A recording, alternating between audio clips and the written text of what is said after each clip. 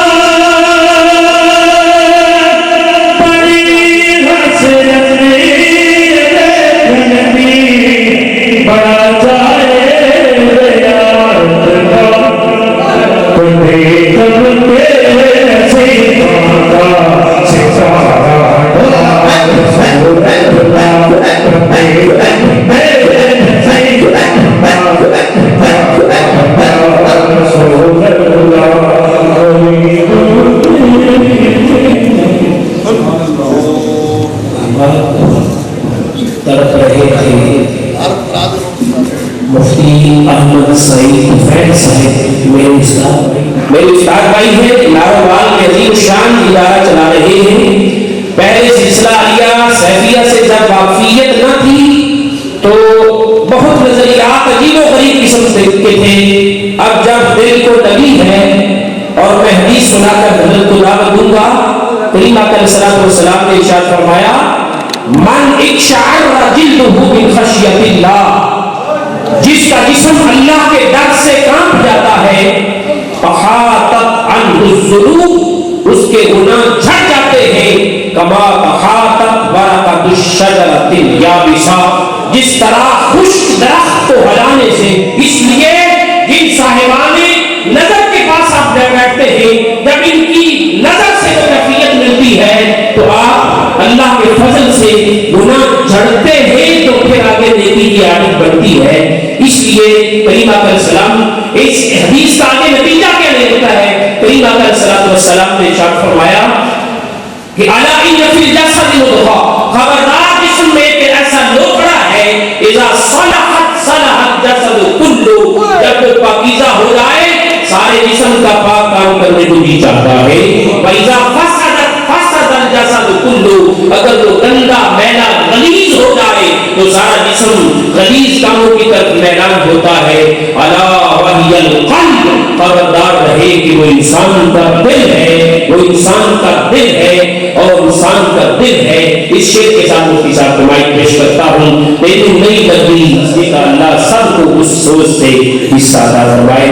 محترم المقام مفتی احمد سعید طفیل صاحب، محترم جامعہ ناروال کے عظیم شان جامعہ کے محترم ہیں، اللہ رب العزت ان کے لیے زندگی میں درازی اور برکت عطا فرمائے اور نسبت میں سلامتی عطا فرمائے۔ نعرہ تکبیر، نعرہ رسالت، نعرہ تحقیق، نعرہ حیدری، نعرہ غوثیہ۔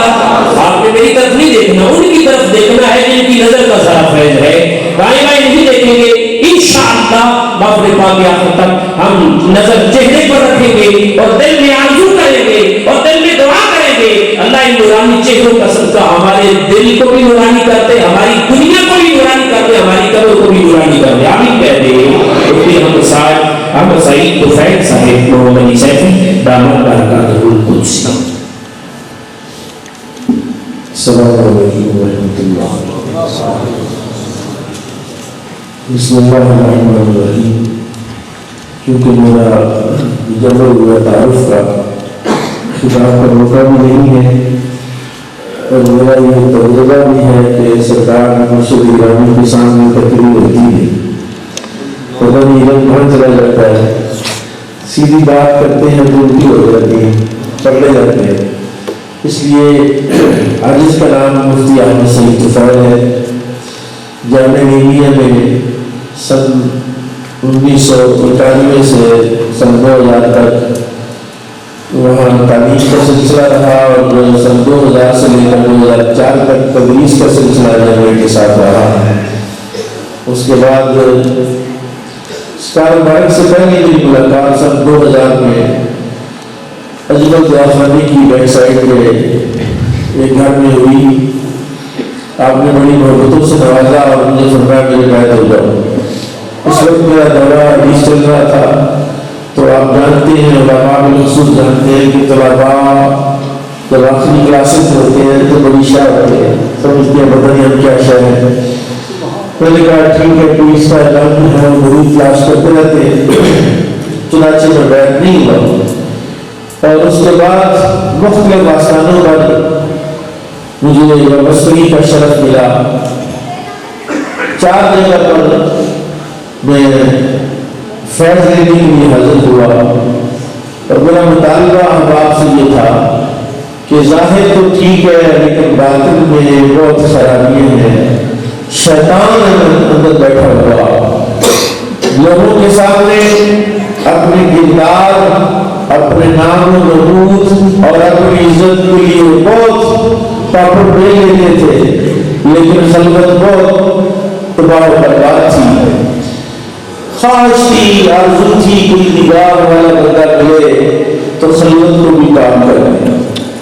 صوفیات نے جو تصوف کا لٹریچر میں دیا ہے اس میں تو یہی پیغام ہے کہ نہ کتابوں سے نہ کالج کے در سے پیدا دین ہوتا ہے, بزرگوں کی نظر سے پیدا. تو اس نظر کی تلاش میں تھے.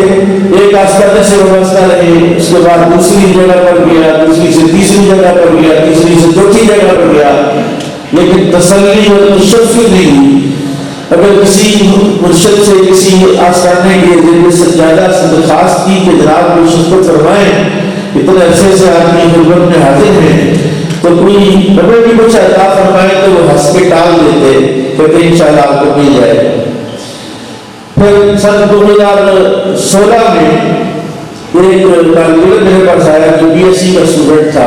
اس نے کہا کہ میں سیکنڈ ٹائم میں درس اسلامی پڑھنا چاہتا ہوں, مجھے وقت چاہیے. میں نے کہا پڑھانے کے لیے بیٹھے ہوئے وہ پڑھنے آیا اور اس کا انداز بڑا دل کو وہ لینے والا تھا, بڑے ادب سے بیٹھنا. جب میں بات کرنی ہے تو وہ خاموش رہا, بولنا ہے بات کرنے کی اجازت نہیں کہ میں بات کر لوں. میں وہ کھڑا ہوں کھڑا ہو جاتا, دوڑ کے جا کے کسی بھی طرح میرے لیے دو سے تو ہاتھ بھی لگتا. میں کہ یار اس طرح کا طالب علم جب میں نیبے میں بھی 4 سال پڑھایا ہے, اسٹوڈنٹ اس طرح کا بھیلا نہیں جس طرح کہ میں نے اسے پوچھا کہ یار تم کیوں پڑھنا چاہتا. اس نے کہا کہ میرے مرشد نے فرمایا دین پڑھو. تو مجھے تجسس ہوا کہ یار اتنا مؤدب بچہ ہے. میں نے کہا آپ کو مرشد پڑھنے کو سکھا یہ سب میں کیا اجازت تو کرو. رستے میں جب وہ مجھے کنوینس کر رہے تھے, مجھے قائل کر رہے تھے, مجھے تھوڑا مینج کر رہے تھے, مجھے انہوں نے کہا کہ ہمارے مرشد وہ ہیں کہ جن کے پاس سائیکلیں تھیں, آج ان کے پاس بڑی بڑی گاڑیاں ہیں, جن کے اپنے کرائے کے مکان میں آتے تھے ان کے آج اپنے آستانے ہیں ایکڑوں پر کنالوں میں. میں تھوڑا ان کو چھیڑنے کے لیے میرے پاس اس وقت چھوٹی گاڑی کی حیران, اس کے ٹائر بہت کمزور تھے. میں نے کہا یار چھوڑو ساری بات نہیں, مرشد سے مجھے ٹائر لے دو, اتنا بڑے پینچر ہو جاتے بڑی مشکل ہوتی. میں ان کو چھیڑنا وہ تھوڑا ظاہر ہے جس جگہ پر آپ کی وابستگی ہوتی ہے اس کے بارے میں آپ کو ایسی بات نہیں سن. سرکار سے ملاقات ہوئی, دستار اتار کے میں گرم ٹوپی پہن کے گیا, وہاں علماء حاضر تھے شاگردوں کے. تو بات چل رہی تھی, حاشیہ لگانا ضروری سمجھا, خاموش نہیں رہ سکا تو حاشیہ لگایا. سرکار نے بندہ آ گیا, میں آگے ہو کے بیٹھ گیا. سرکار نے انہوں نے جاس نہیں کری بھائی آگے تو مجھے جاتی ابھی مجلس برخاست نہیں ہونے کوئی. سرکار نے اچانک فرمایا میں آپ کو الگ سے مان دوں گا بیٹھ. پھر آدھا پونا گھنٹہ خلوت میں باتیں ہوئی. میں نے سب کچھ عرض کیا کہ حضور حالات بہت خراب ہیں, خطرہ یہ ہے کہ کہیں قیامت میں علماء سو میں نہ اٹھائیں. یعنی علم بھی پڑا, والدین کی توقعات کچھ ہیں, لیکن اپنے آپ کو تو بندہ جان رہا ہوتا ہے. سرکار نے فرمایا کہ میں کیا کرتے ہو؟ میں نے کہا 2 شہر کی مرکزی مسجدوں میں خطیب ہوں, اپنا مدرسہ ہے, اپنی تبلیغی جماعت بنا رکھی ہے، 38 جگہ پر ماہانہ درس قرآن کا شیڈول ہے اور بڑا اچھا نظام چل رہا تھا، لیکن خود مطمئن نہیں تھے. درس قرآن لے کے آتے لیکن آ کے گھر آ کے تو وہ سکون نہیں ہوتا. سرکار نے فرمایا میں نہیں بیٹھ کر بات کروں. میں نے ایسی حضور آپ نے تو مجھے 16 سال پہلے فرمایا تھا بیعت ہو جائے، وہ وقت تھا. اس وقت میں وہ ہو جاتے نذیر صاحب نے حاشیہ لگایا، میں اگر اس وقت سرکاری ہو جاتے تو آج ان کے ساتھ کئی بسیں اکیلے نہ آتے. میں نے کہا کہ بسوں کو چھوڑنے کا سرکار ہے، میں تو ٹائم نہیں دینا. میں نے کہا میری حالت ہی ہے کہ مدرسے کو تالا لگاتا ہوں، مسجدوں کو جواب دیتا ہوں، آپ کے پاس ہی رہتا ہوں، بس اندر ٹھیک ہے، مسجدیں تو ملتی رہیں گی.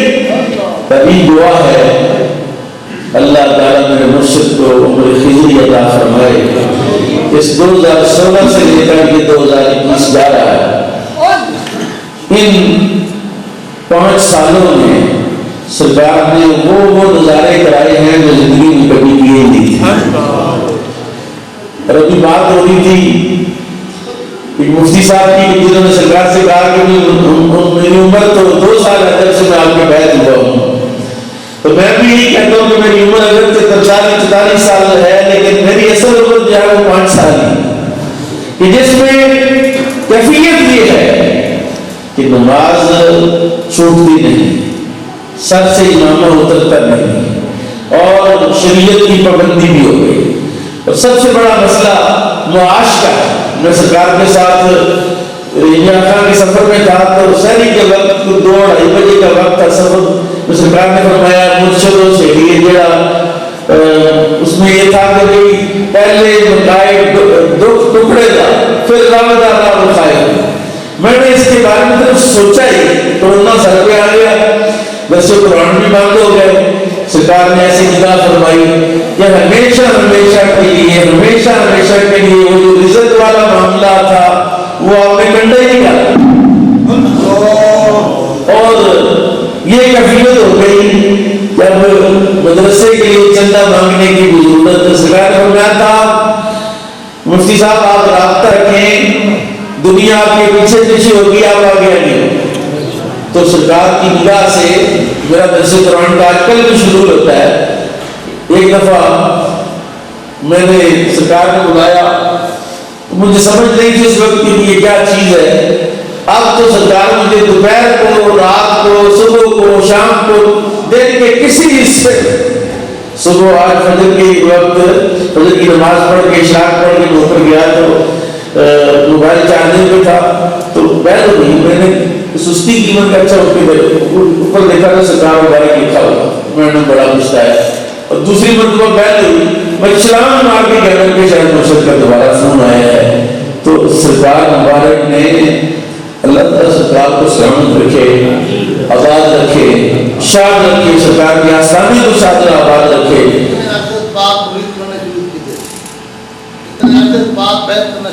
سرکار مبارک نے مجھے 3 سال کے بعد اجازت عطا فرمائی کہ محفل کراؤ، اور پھر ساتھ ہی کچھ ہفتوں پر فرمایا بیعت نہیں کرو.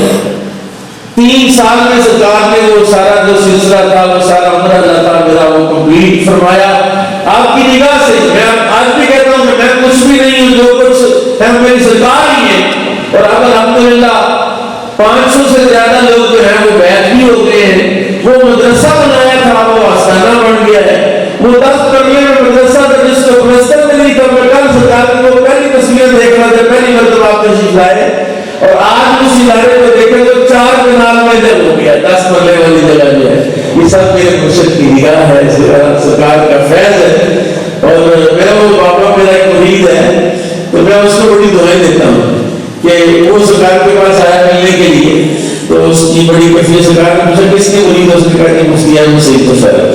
لو جی اس واقعے کے ذریعے مجھے اتنا فیض ملا ہے کہ میں آپ کو بتا نہیں سکتا. سرکار خوش، اور یہ بات بتاؤں آپ کو، فقیر خوش ہو کے دعا دے دے تو 7 پشتے بھی سمجھ جاتے. فقیر کی نگاہ اتنی کامل ہوتی ہے کہ وہ خوش ہو کے دعا دے دے تو دین دنیا کی ساری کمیاں جو ہے وہ بندے کی ختم ہو جاتی ہیں. اللہ تعالیٰ میرے مرشد کا سایہ ہم سب کو قائم و دائم رکھے. اور میں تو کچھ بھی نہیں، ساری میرے پیر بھی ہے، اللہ تعالیٰ میرے پیر اسلام